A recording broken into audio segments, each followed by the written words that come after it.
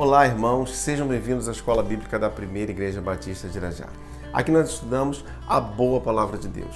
Eu te convido a você inscrever-se em nosso canal, ativar as notificações e compartilhar os nossos vídeos. Você também pode nos seguir nas nossas redes sociais, EBD, Igreja de Irajá e Missões Igreja de Irajá. Vamos orar? Graças te damos, ó Pai, por mais um tempo de estudo da Tua Palavra. Pedimos agora a Tua bênção e consagramos esse tempo a Ti, pedindo que o Senhor fale diretamente aos nossos corações e que sejamos transformados pela Tua Palavra. Essa é a nossa oração, em nome de Jesus. Amém.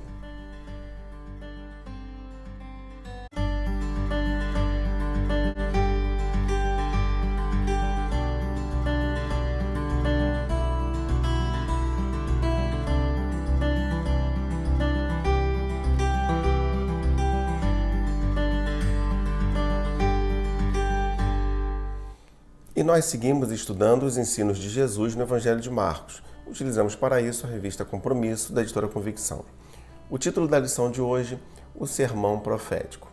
Hoje nós abordaremos o capítulo 13 do Evangelho de Marcos. A ira de Deus é anunciada. Evangelho de Marcos, capítulo 13, versos de 1 a 4. Diz assim o texto. Quando ele estava saindo do templo, um de seus discípulos lhe disse: Olha, mestre, que pedras enormes, que construções magníficas. Você está vendo todas estas construções? Perguntou Jesus. Aqui não ficará pedra sobre pedra, serão todas derrubadas. Tendo Jesus se assentado no Monte das Oliveiras, de frente para o templo, Pedro, Tiago, João e André lhe perguntaram em particular: Dize-nos, quando acontecerão essas coisas?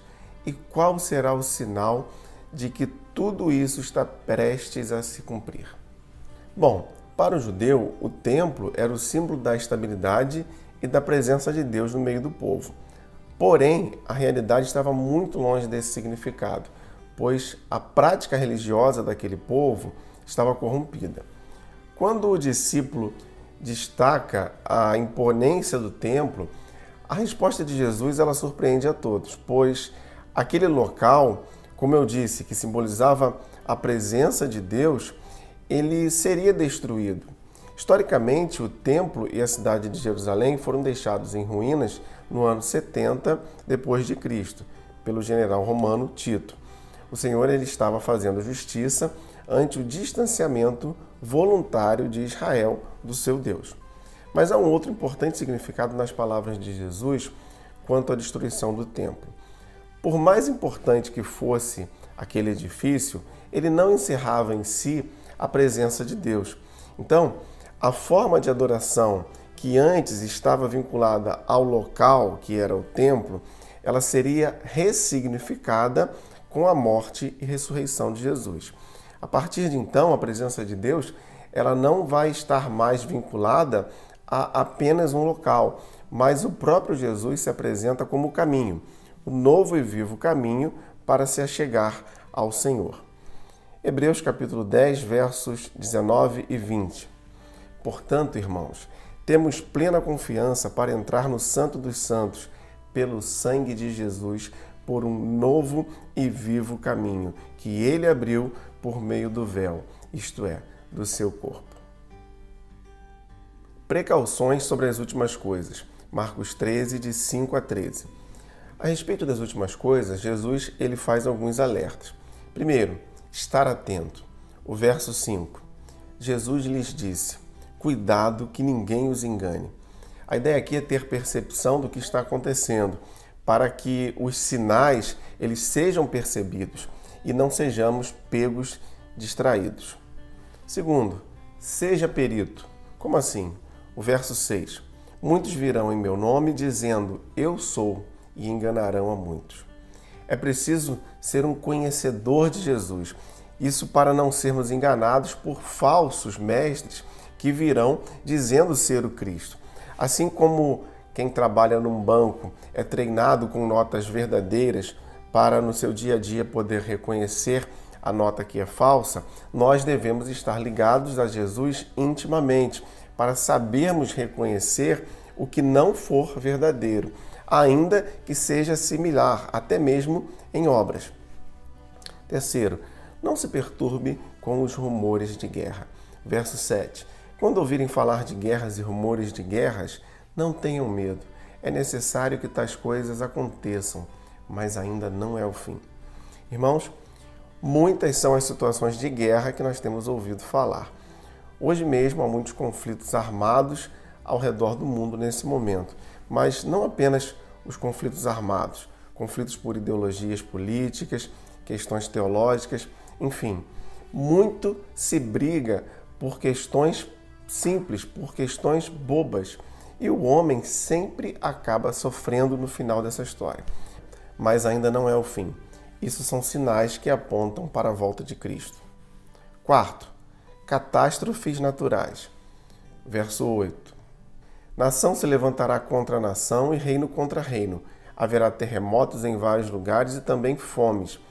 Essas coisas são o início das dores. Muitas catástrofes estariam assolando o planeta, decorrendo delas também a fome de muitos. Sabemos que isso é uma realidade em vários locais. Quinto, o martírio. Verso 9. Fiquem atentos, pois vocês serão entregues aos tribunais e serão açoitados nas sinagogas. Por minha causa, vocês serão levados à presença de governadores e reis como testemunho a eles. A perseguição, a violência física, emocional, religiosa, tudo isso são reflexos de um mundo que odeia primeiro a quem representamos. Isso tudo aumentará com a proximidade da volta de Cristo. Evangelho de João, capítulo 15, versos 18 e 19. Se o mundo os odeia, tenham em mente que antes odiou a mim. Se vocês permanecessem no mundo, ele os amaria como se fossem dele. Todavia, vocês não são do mundo, mas eu os escolhi, tirando-os do mundo. Por isso, o mundo os odeia.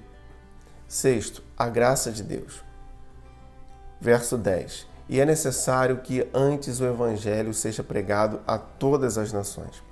Irmãos, ainda que haja perseguições, antes disso o Evangelho ele será expandido, de modo que todos tenham a oportunidade de receber a Cristo. Tito, capítulo 2, verso 11. Porque a graça de Deus se manifestou salvadora a todos os homens. Sétimo, o Espírito Santo falará. Verso 11. Sempre que forem presos e levados a julgamento, não fiquem preocupados com o que vão dizer. Digam tão somente o que lhes for dado naquela hora, pois não serão vocês que estarão falando, mas o Espírito Santo. O Espírito Santo é aquele que capacita aos servos de Deus. Não se trata aqui de discursos elaborados sobre temas difíceis, mas da capacitação espiritual que o Espírito Santo traz na vida do servo para falar sobre a mensagem de Cristo. Atos capítulo 4, verso 13. Foi assim com Pedro e João, que eram pessoas simples, diante dos ilustres e das doutas autoridades. Vendo a coragem de Pedro e João, perceberam que eram homens comuns e sem instrução. Ficaram admirados e reconheceram que eles haviam estado com Jesus. O mundo reconhece que estamos com Jesus através do Espírito Santo em nós. Oitavo, o aumento das discórdias familiares. Verso 12. O irmão trairá o seu próprio irmão, entregando-o à morte, e o mesmo fará o pai a seu filho. Filhos se rebelarão contra seus pais e os matarão. A família, que é o ponto principal da sociedade, ela será atacada fortemente a fim de ser desfeita.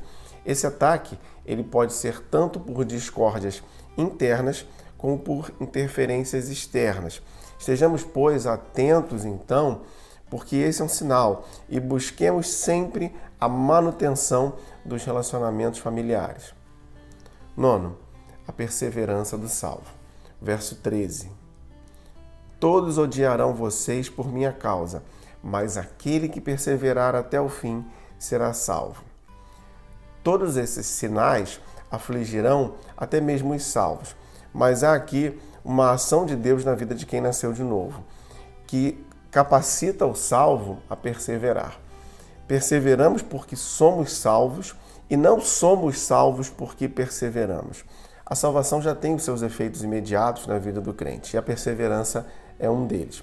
sendo a perseverança, então, o distintivo da genuinidade espiritual de quem nasceu de novo.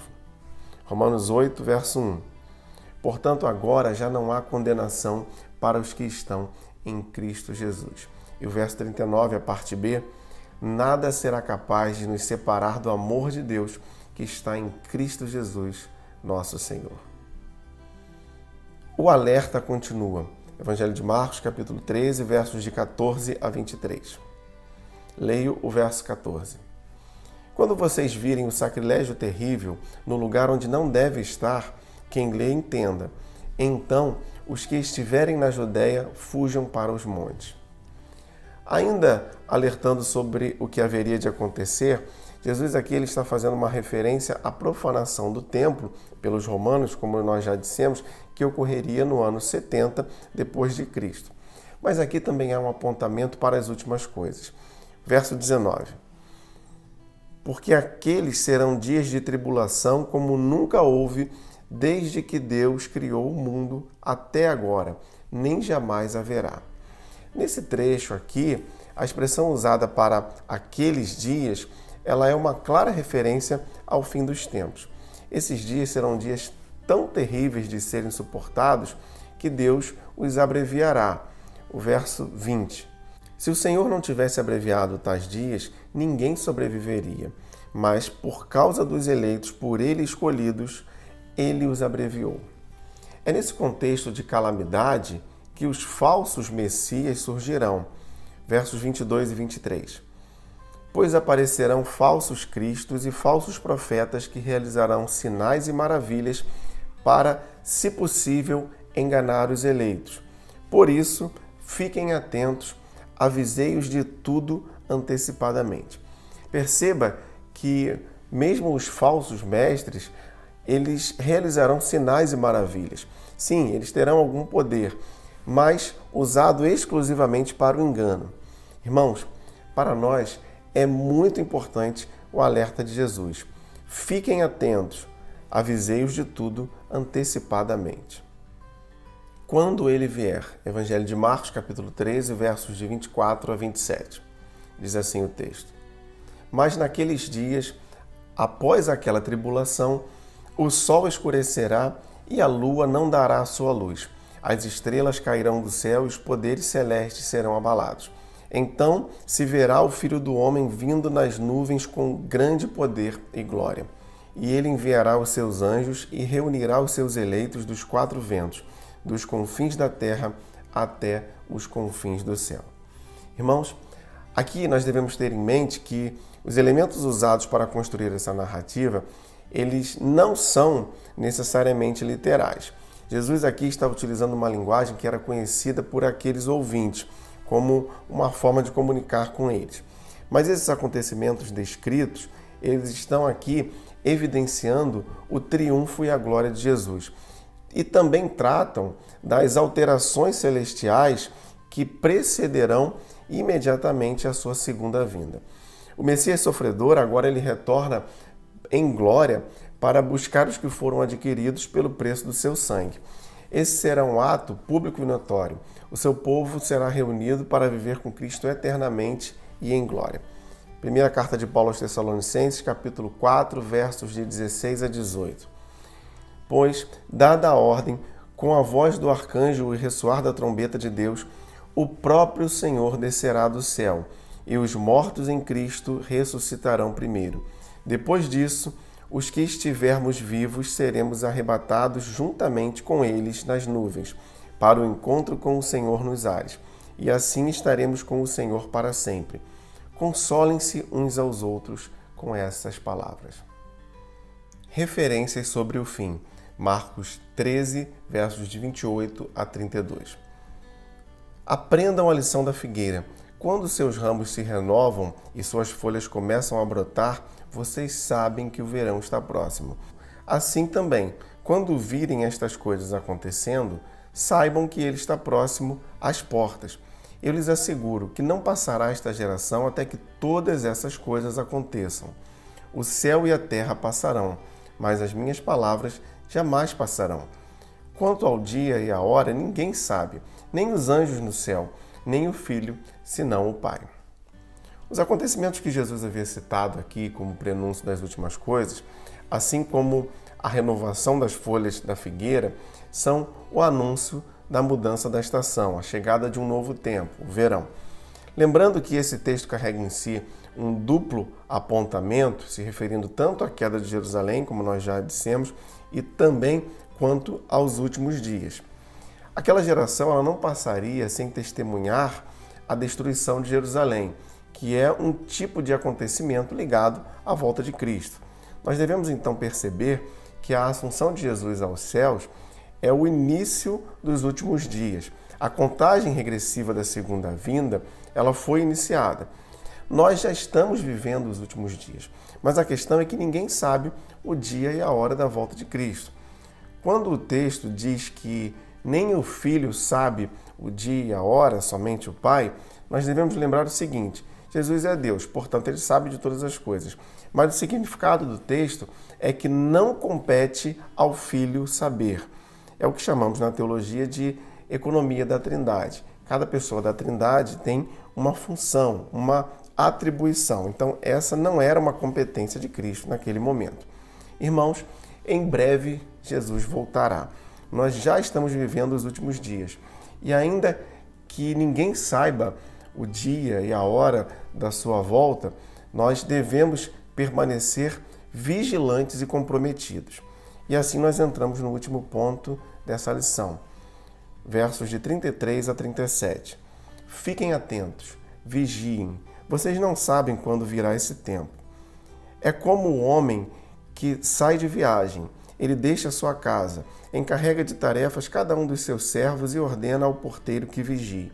Portanto, vigiem, porque vocês não sabem quando o dono da casa voltará. Se à tarde, à meia-noite, ao cantar do galo ou ao amanhecer. Se ele vier de repente, que não os encontre dormindo. O que lhes digo, digo a todos: vigiem. A ênfase aqui é a vigilância, é o estar atento. Essa é uma exortação para todos nós. Assim, nós não devemos nos distrair, mesmo com os acontecimentos do fim, perdendo tempo com aquilo que não é principal, com aquilo que não é importante. Devemos buscar em Deus o discernimento espiritual para entendermos os acontecimentos dos últimos dias e vivermos de modo ativo e vigilante, cumprindo cabalmente a missão de levarmos a mensagem de Cristo, o Filho de Deus, que em breve voltará. Que o Senhor nos abençoe no estudo da sua palavra. Vamos orar mais uma vez. Muito obrigado, Pai, por essa oportunidade de estudarmos a tua palavra. Pedimos que o Senhor a complete em nossos corações. Te dou graças por cada família aqui, sobre a qual eu peço uma bênção. E peço que nós estejamos vigilantes, que nós estejamos atentos aos sinais, para que possamos viver sempre da maneira que te agrada, levando a tua mensagem àqueles que ainda não a ouviram. Pai, essa é a nossa oração. Eu oro em nome de Jesus. Amém.